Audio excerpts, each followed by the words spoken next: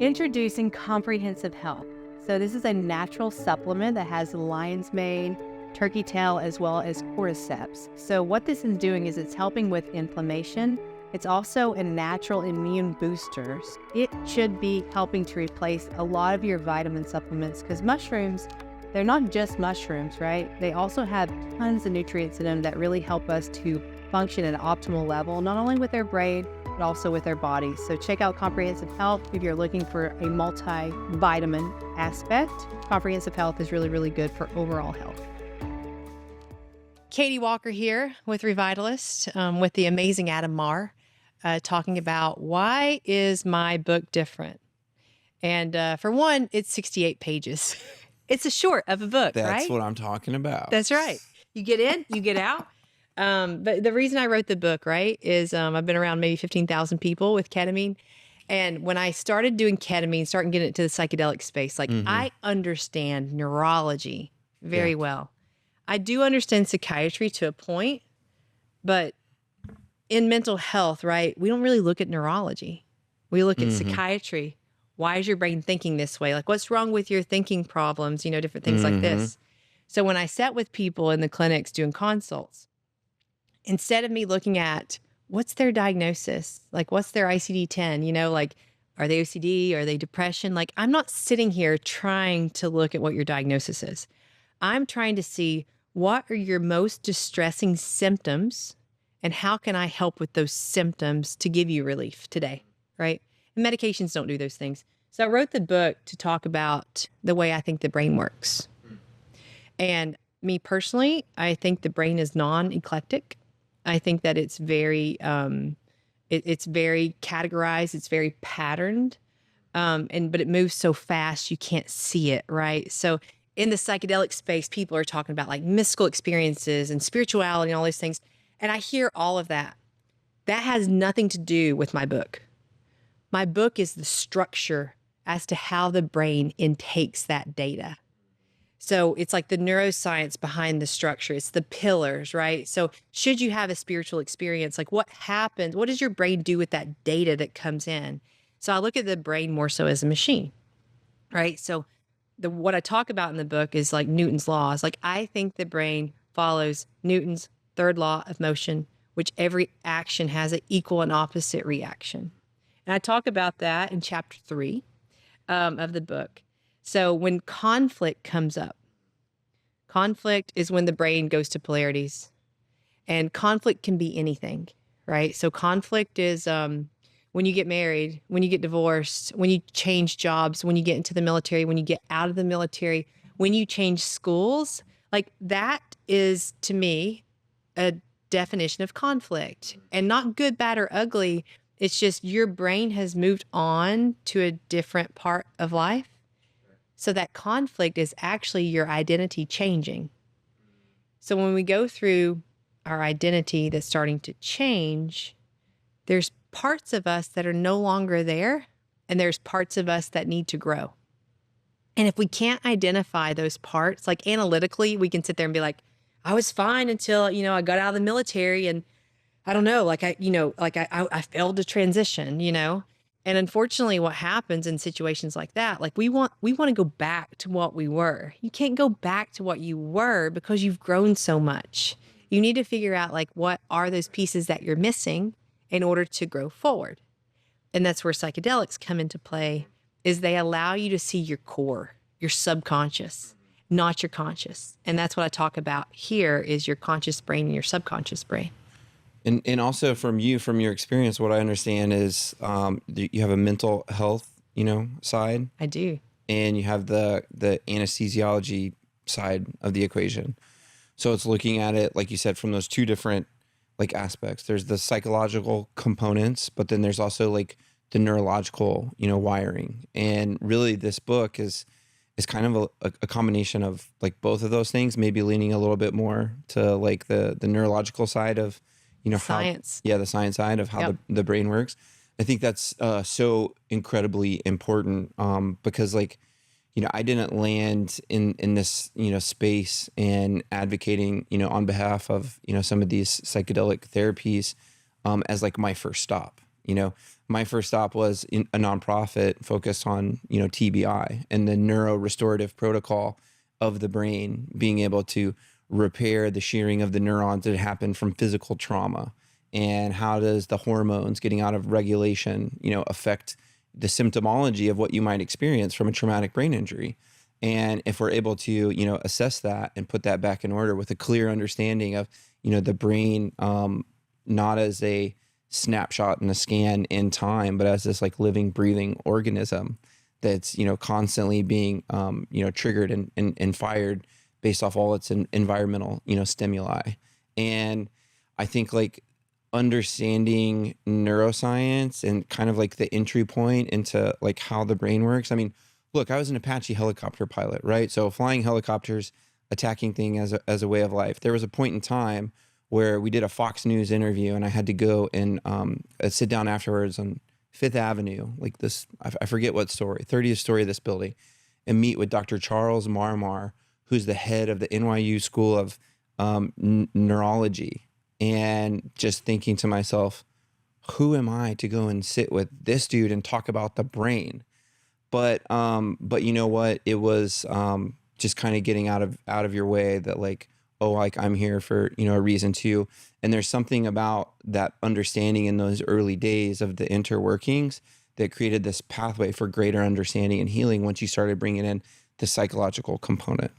So for your book, when you were going through the process and writing it, trying to get that perspective out, who was like, the reader in your mind that you were like writing for? Was it like similar, like therapist type, like yourself, like somebody on the medical side? Is it more somebody who's like had these events and traumas and needs that foundational understanding to be able to propel forward? Like who's the target audience? Yeah. So the person, right? The person going through it. Mm-hmm. And this is all of us across the lifespan. Now the book is, I need to make it a little bit more less neuroscience-y because like scientists can read it and probably hear it a little bit more, but a lot of patients and clients have been able to read it just fine. But what it is, right, is it's me trying to give people tangible items to show you do have more power with your brain health than what you think you do. And a lot of people say, oh, it's in your genetics, it's out of your control. No, like we're seeing like, it's all about the way that you think. And it's like when data comes in, what does your brain do with it? So there's something called the salience network. I talk about it somewhat in here. But what's it called? Salience network. Okay. So when data comes in, right, you have this aggregator. So you and I can be sitting together and that somebody says, which we are, and somebody says the same statement. Okay. You're going to hear it one way. I'm going to hear it one way. Okay. The way I hear it may make me feel like hyper excitable to where I'm like, oh gosh, like what I need to go do this. Versus you may hear it and you're like, nothing, right? Completely neutral. Or it could like trigger somebody, potentially, and the other person's like, why is that person triggered? Exactly. And nobody knows, right? So I talk in here about the conscious brain versus the subconscious brain because the conscious brain controls 5% of the decisions that we make in life. 95% is your subconscious. Wild. Isn't that crazy? Crazy. And I tell people all the time, I'm like, your subconscious, and this is where ketamine and psychedelics come into play, right? So I'm trying to give people I don't even know how to say it. It's like the mold, right? The mold, and then you pour in whatever you want to pour into it, whether is spirituality or non-spirituality, whether it's science, like whatever you want, right? But these are the baseline structures as to how I'm seeing the brain work and where I've sat with so many people in that vulnerable space, like with consults, but then also with ketamine and psychedelics. Like I use these thinking strategies with them and people will like cry, because they cry because it's the first time they have felt connected to themselves to where they actually do have power. So I talk about conflict and like think about your sympathetic nervous system. So fight, flight, freeze. Fighting a bear, I always put in a triangle because I like pictures. But fighting a bear, running away, and playing dead, all three of those are polar opposite. When the brain hits conflict, it goes to extremes. And think about how many people are diagnosed with bipolar. What's bipolar? How many people? Opposites. A lot. Yeah, it's probably one of them. It's not, depression is probably the number one diagnosis, but bipolar is starting to get up there pretty significantly. And so you're saying that that's a part of the fight or flight response. Conflict. Yeah, that's right. They're living in conflict. The brain duplicates what it knows, right? So when I go to conferences, a lot of times I'll say, how many people believe in muscle memory? Everybody. Everybody across the world believes in muscle memory. And they love it when I say, but guess what? Your muscles don't have memory. They're fibers. They contract, they relax. That's all they do. Your brain is what controls the muscle memory.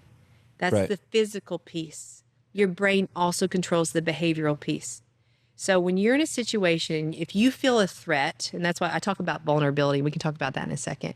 But when you feel a threat, your subconscious is actually going to come to the surface and you're going to become more reactionary to that threat. So like with conscious versus subconscious, I tell people your conscious mindset is actions, your subconscious is reactions. So if you are in a situation to where you react, it's not you consciously doing it. Something in your core has gotten threatened for one reason or another, and it needs to protect, right? So with conscious versus subconscious, like one, nobody looks at those things. Everybody just feels like a bad person when they have a negative reaction to something. But again, with ketamine, psychedelics, meditation, therapy, whatever else, if we look at those, like, why did I react like that? And instead of like feeling like a bad person for that reaction, if we recognize like, okay, wait a minute, that was a reaction and I don't want to be part of that person. And you can have that self-reflection, then you can break it down. And if you can't break it down, that's when psychedelics come into play, very, very well. And when they're in that fight or flight state, a hormone is being produced in the brain too, right? Cortisol. Stress, yeah. And serotonin. So a person who's constantly in fight or flight and constantly getting hit with stressors, that's constantly having that release. And the brain's duplicating what it knows. What is the effect on their physiology and how does that impact like what they might be experiencing? So the brain, right, is the ultimate controller in the body. Cardiac versus neuro would, state differently, but they're actually proving that the heart is more directly related to brain health as well. So I like to explain to people when you're living in these stressful times with trauma, anxiety, OCD, whatever, right? All these things around us that we have, they're coping mechanisms and they're not always positive. But it's a protective measure. If you teach your brain how to truly live in the present moment, that is when you are at one with. Nothing else exists. No depression, no anxiety, no trauma, no OCD, no pain. None of that exists, right? So when people are living in these stressful mindsets and they have all these symptoms of negative coping mechanisms, I always tell people it's like, you're a Ferrari, you're at 7,000 RPMs, and your gas tank is on empty, but your pedal is down to the floor. Yeah. So you have nothing left. You're running on fumes, Right. But your body thinks it needs to constantly be producing it. And the reason that you actually have low levels is not that you're not producing it anymore. It's that you're using all of it. So with ketamine psychedelics, right, it slows down those RPMs. It allows your gas tank to start filling up again. And then you're able to kind of reset that and recalibrate all those different pieces. And there's a lot of research that comes out where people are looking at like the frequency of the brain and the frequency of the heart and then comparing the two together and showing that when they're in coherence and there's some kind of like synchronized rhythm to them, that you're going to be producing really kind of like on the opposite end of the stress hormone. And I believe it's like almost you're going to move more towards like DHEA. And there's this coherence that comes with it. And there's also like emotional states that are tied to this coherence. And so it's things like love, gratitude, peace, joy, like all these like wonderful characteristic, desirable traits. And then the other side of that is when the brain, for whatever reason, it could be physiological or it could be psychological, or there could be like the emotional trauma. Then there's all these environmental, considerations, but the two get out of sync and they're incoherent and they're beating. And it almost looks like chaos, like on the scans, when you look at the rhythm of it as opposed to these like beautiful kind of like flowing.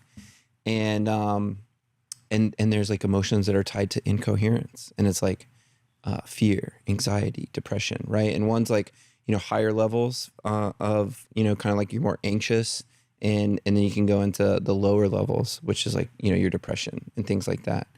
And just understanding that all these things are indeed connected and contributing to that present now moment. And so it's like, you have to have this foundational understanding of how these things work, because if you don't, then you don't know where you fit in the equation or what catalysts are coming in and affecting you. And so in the book, you talk about the conflict, and you talk about, start kind of laying this out. And then as you kind of like progress forward, like what is somebody going to come away with, you know, like from this book, or what do you hope the understanding is that they come away with, and what do you want them to do with that information? Yeah. No, I love that. Is, you use it to grow into the person that you want to be, right? So if you hit conflict and you're staying in these polarities, and I list them, right? It's like all, none, right, wrong, control versus out of control, love, fear. So here's what happens, right? Depression, anxiety. I think those two guys, I think depression's more of a hibernation state, and I think anxiety is more of a hyperactive state. But people live with depression and anxiety at the same time. You usually don't see one or the other. Usually anxiety actually triggers depression. Usually it's anxiety that starts the whole mental health crisis or life cycle, whatever you want to say, right? But when you're in that conflict, there's no spectrum, right? So what you have to do is you have to learn to build the spectrum again.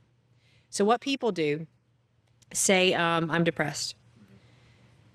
And I talk about this, the law of conservative energy. So say I'm depressed and I'm sitting there, I'm like, Adam, I'm not a depressed person. I don't want to be a depressed person. Adam, I am not this person. I am not sad. I don't want to be sad. I have nothing to be sad about. What are we doing? We're putting all of our thoughts, all of our emotions, all of our energy towards the negative, when in reality, we don't know how to be positive. And that's something called our default mode network, right? That it just kind of gets in this pattern and then it duplicates what it knows. So while we're trying to push this negative out, we're actually building it because we're so focused on it and we're putting all of our energy there. So I'll tell people, if there's something negative that comes up, right? Google, what is the opposite of? Because what you want to do is you want to start building your spectrum back towards that, because you don't have that skill set. And then the ultimate goal, right, is that we learn to stay in the middle. And when in the middle is when you're at one with, you're in the present time. So you can see the whole right side. You can see the whole left side. I tell people it's like when you go into conflict, right? It's like being in a room with far right Republicans and far left Democrats, and you've got to sit right in the middle, right? And that's what the brain's like. So people, they'll tell you, I feel like I'm all over the place. I'm either here, like I can't go to bed for 3 days, or I sleep for 3 days. And it's because they're in that conflict zone. And unfortunately, what happens is we start medicating people with that. And that's the last thing you should do. What you need to be doing is trying to identify these different pieces, have interventions like ketamine and psychedelics that allow you to be like, oh my gosh, I can see it now. And then you focus on the skills that you don't have, and you work through the laws of physics on law of conservative energy. I'm going to push my energy over here, and I'm going to build this, because we know what you focus on with energies. And I know in medicine, we laugh at the word energy. But so you can say, I'll tell people it's like hypoexcitable cells, hyperexcitable cells. All of our cells vibrate. Yeah. Every medical professional knows that. And, and actually the people who have like schizophrenia or paranoid schizophrenia, their cells actually vibrate more quickly. So they're running at a higher metabolic rate than people who have depression. So, Right. So these are skills that we can learn, and our brain's amazing. It's absolutely amazing. But if we don't teach it to do these things, we can't learn. And I always ask people, it's like, who taught you to be peaceful and calm? We expect it comes naturally. Peace and calm do not exist in the past, and they don't exist in the future. The only thing that exists in the past is symptoms of depression, trauma, right? And then anxiety lives in the future. And if you think about anxiety, it's irritability, short-tempered, anger, rage, all those things, right? The brain duplicates what it knows. So if I'm an anxious person, right, I'm trying to control what I have no control of, which is the future. The only thing I have true control of is the present. So if I'm sitting there and I'm thinking about the future, and I'm trying to, I'm worried, right? I'm worried, and I'm living in a state of fear all the time. I'm living in a false narrative, and my brain will start duplicating that, and that becomes my reality. So my reality is false because I'm living in the future, but that's all the brain knows. So if you're talking to people who struggle with their mental health, they're scared to death of the present. And that's the only truth there is. Yeah. The past is gone. The future's not here, right? And if you think about trauma, and I talk about this a little bit with trauma, but I have a very specific opinion on trauma as to how I think what happens with it. But, trauma is from the past, right? But the brain does not want that situation to happen again. So it's predicting the future Yeah. as well. So trauma's in the past and the future, completely forgets about the present. So, you know, and I talk about that too. I talk about how with trauma specifically, with rumination, different things like that. Like that's a weakness in your salience network. Yeah. But what happens with trauma, and this is everybody, right? And I've been through my fair share of uninvited occurrences in life. Okay. But, you know, what happens with trauma is there's a situation that happens. Every situation that we have in life has an emotion attached to it. They all do. So what happens is you get a memory and you get an emotion, and the memory and the emotion become enmeshed and they become stuck in your frontal lobe. Neural pathways created syncing those two. They sync. Yep, Yeah. they sync and they're here.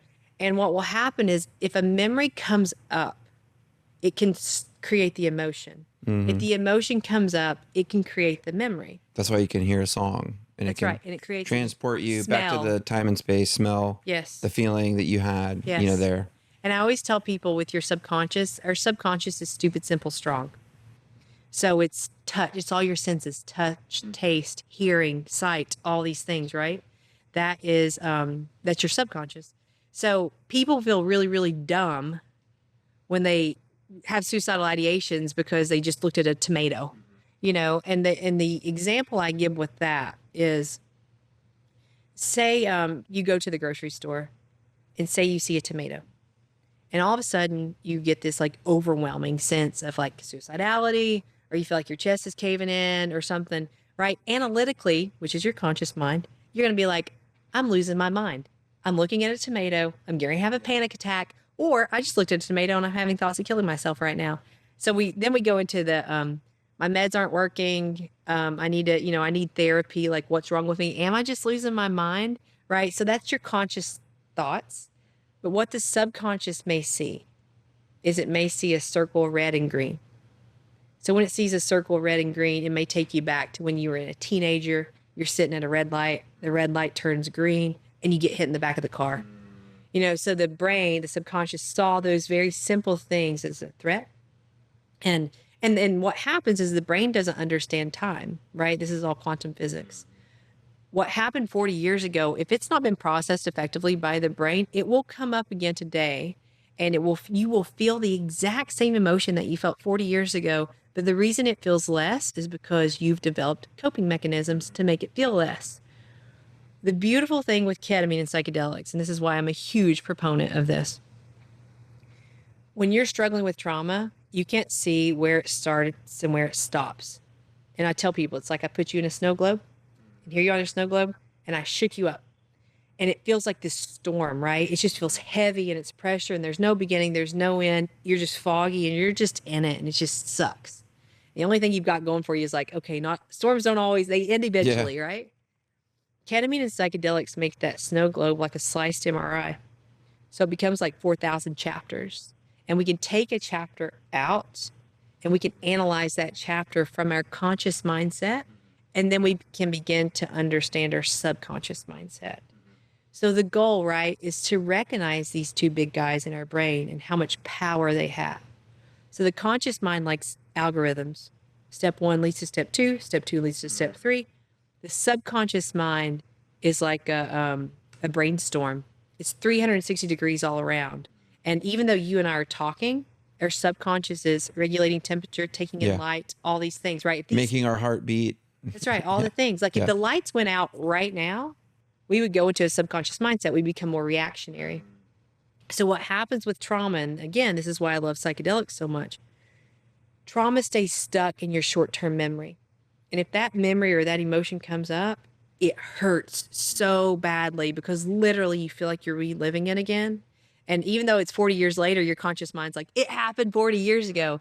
The brain doesn't understand that. But what happens with psychedelics is it takes this enmeshed bowl of noodles and it distracts them from each other, right? So you have the emotion and you have the memory and you're sitting here.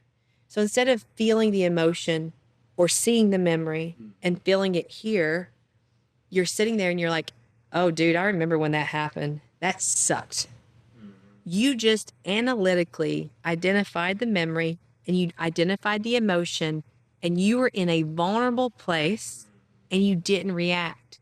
So your brain recognizes that now as not needing to react to anything. And what it will do is it will take that from your short-term memory and it puts it into your long-term memory.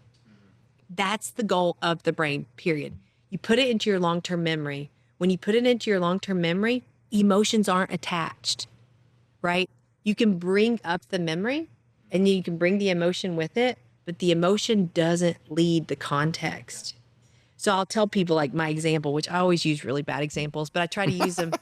I use them that are powerful. No, I thought the tomato in the grocery store was Did you a like great that one? example. That was cute, wasn't it? That was a cute one. Now I'm going to look at tomatoes differently. Whenever you go to the grocery store. So, the other piece that I like to do is I like to do like, I don't like to do it, but it's powerful. Anyway, I like to use the analogy of two women that have been assaulted, right? One woman says, you know what? I went through this situation and it sucked. That was one of the worst times of my life. Thank God that's not there anymore, right? That's woman A. Woman B is, I can't talk about it. It's too much. I can't talk about it.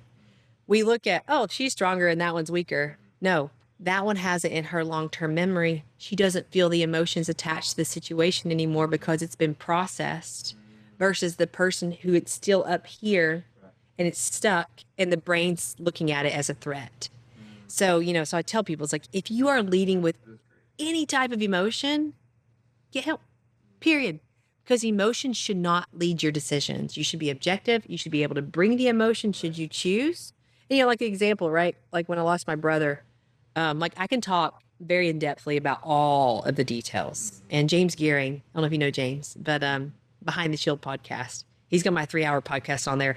Afterward, he's asked me all these questions. And it was the first time I talked about my brother's death in great detail. Yeah. I was like sweating. Yeah. So not rehearsed, like very raw. Oh, very raw, dude. Yeah. But yeah, that's where my unit came from, was that episode actually.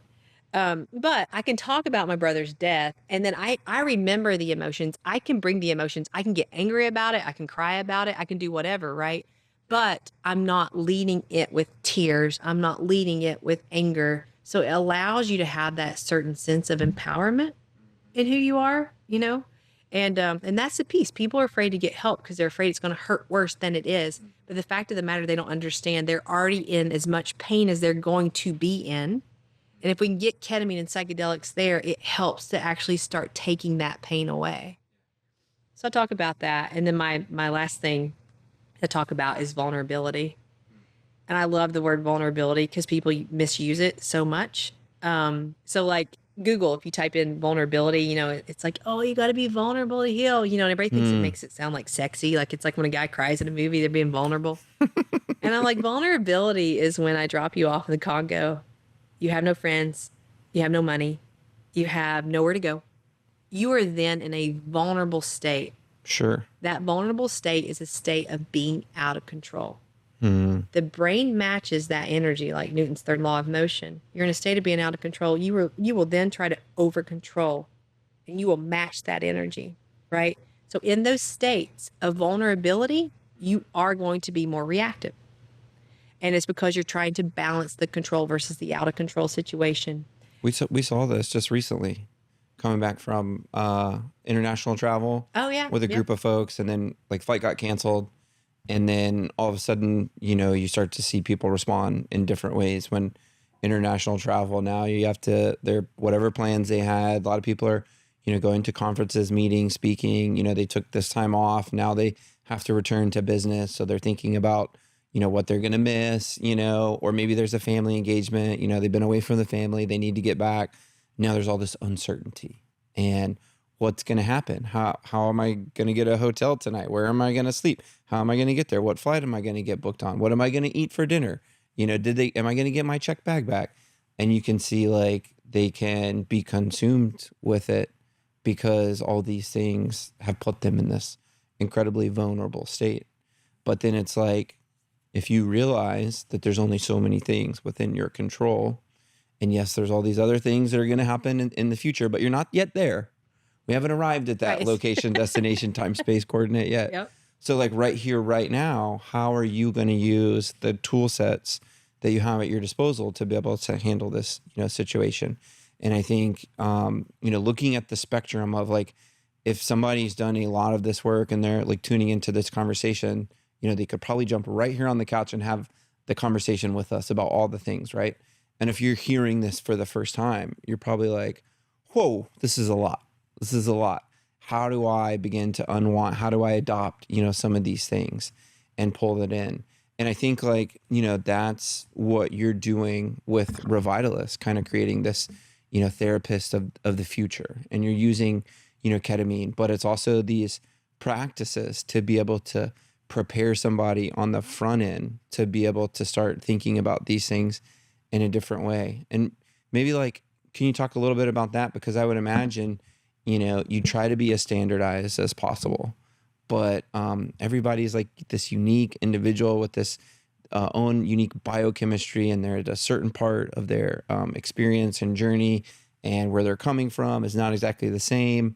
And you're trying to find out, you know, who they are and what they are and where they're trying to go right now, and then pair them with the best possible, you know, treatment. And it's not just this one-time thing, right? And it's, I'm going to, you know, be here for you on the front end, like during and after, so that all these things that we're talking about today don't become like something in the ethereal plane, but like part of your inherent knowledge and practice. Yeah.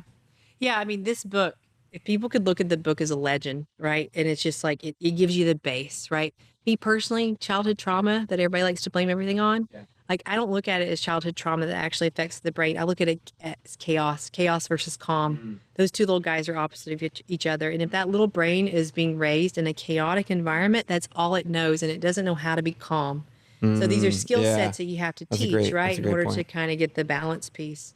But yeah, I mean, you know, and I can talk about this in another book when I write it. Next book. But we're going to go for 70 pages. That's right.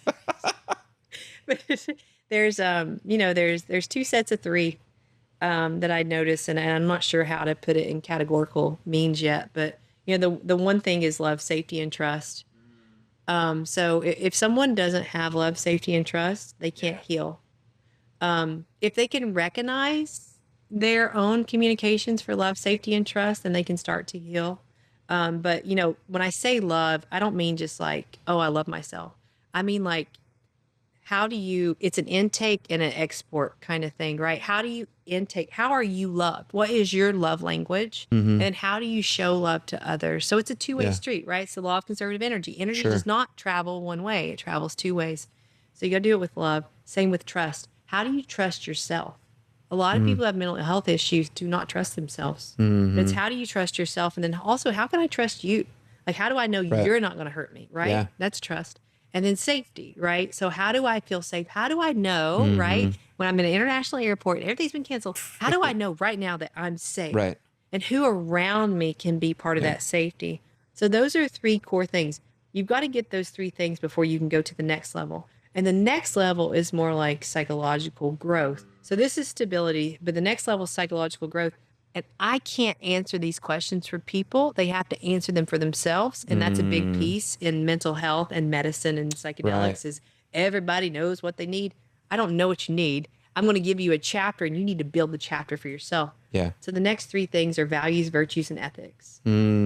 So it's your ethical alignment. Right. It's your values and it's your virtues, right? So your values are different than my values. Right. And I don't know why. You can see them more when you're in ketamine or you're on psychedelics. You do feel more aligned with your values.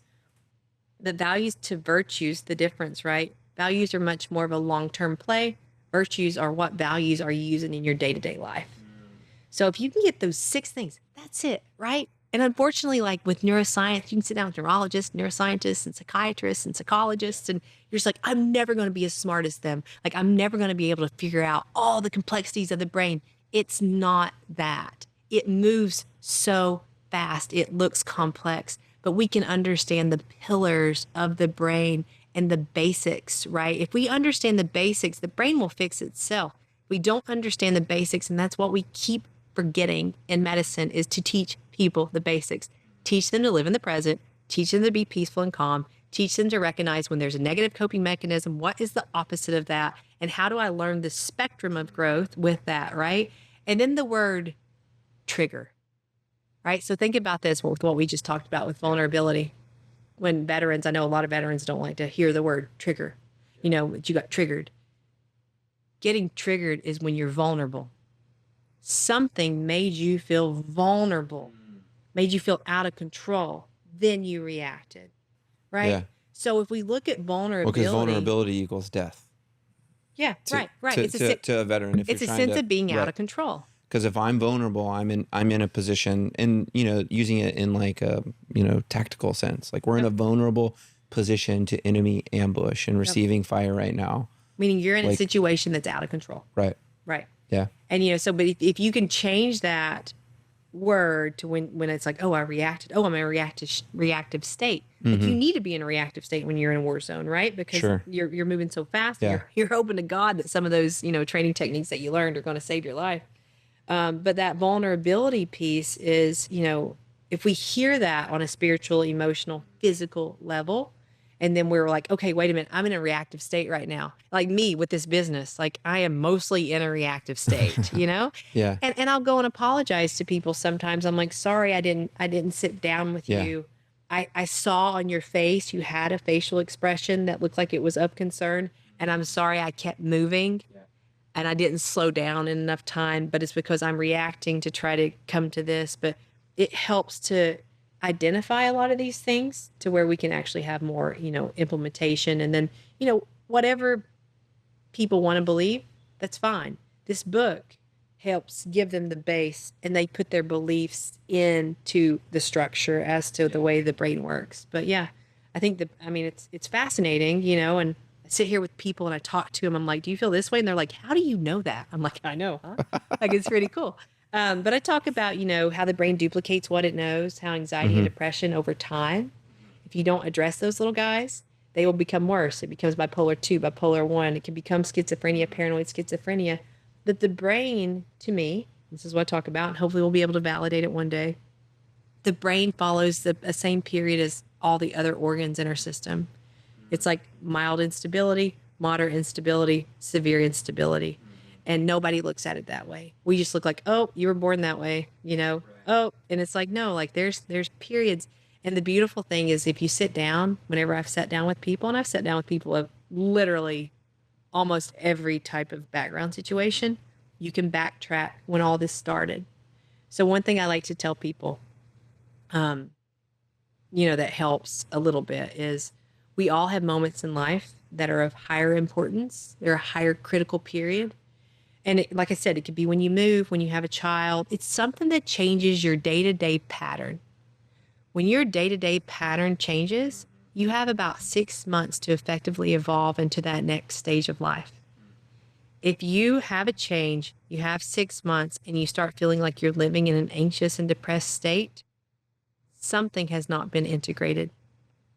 And if you don't address it then it will continue to duplicate and get worse. And that's the beautiful thing with ketamine psychedelics. It allows you to see that then so you can start effectively integrating it. And you've managed to fit all this into 68 pages. I did. It's amazing. But yeah, no, I need to break it down. Somebody asked me the other day if I can write a book about each chapter. And I said, yes. That's hilarious. But my goal, right, with this was because a lot of people want to talk to me. To get the information out there. That's right. That was the goal. And direct and not fluff, and to be able to cover a lot of ground. Yes. And it sounds like, you've been able to do that. And I think the cool thing in getting to know you is like seeing how like you live, like hearing about what's in the book and what you've put in there and how it informs what you're doing at Revitalist and what you're building in this beautiful way to be able to help people find them and find their way like through this. And it's really cool to see. Where can people find the book right now? Currently on Revitalist.com website, Amazon, Kindle, coming soon on Audible. That's what I was going to say. Do you have your audiobook yet? I did. I recorded it last week. Okay. Yeah. And that's when I was like, it's super simple, guys. Yeah.